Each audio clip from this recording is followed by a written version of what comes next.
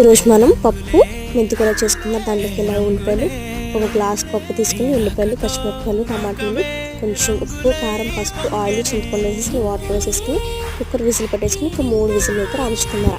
అంతలోకి మెంతికూర పోషక విలువలు ఏంటో మనం తెలుసుకున్నారా. మెంతికూరను తీసుకోవడం వల్ల ఏంటంటే శరీరంలో నుండి కొవ్వు తగ్గుతుందంట, అలాగే మన హెయిర్ గ్రోతింగ్ బాగా పెరుగుతుందంట, ఎముకలు కండరాలు బలంగా ఉంటాయంట. దీంట్లో A, B, C, K vitamins అందుబాటులో ఉంటాయంట. అలాగే మనకి క్యాన్సర్ని ఇది నిరోధిస్తుందంట మెంతికూర తీసుకోవడం వల్ల. ఎన్ని బెనిఫిట్స్ ఉన్నాయో చూడండి మెంతికూరలోని. అలాగే మెంతికూర మనం పప్పులో వేసేయకుండా ఇలా ఆయిల్ వేసుకుని ఫ్రై చేసేసుకుని ఉప్పు, కారం, పసుపు వేసుకుని వాటర్ అంతా ఇంకిపోయి ఆయిల్ పైకి తేలిన తర్వాత ఈ ఫ్రైని పప్పులో వేసేసుకున్నారా. తర్వాత తాలింపు కూడా వేసేసుకుని పప్పులో కలిపేసుకున్నారా.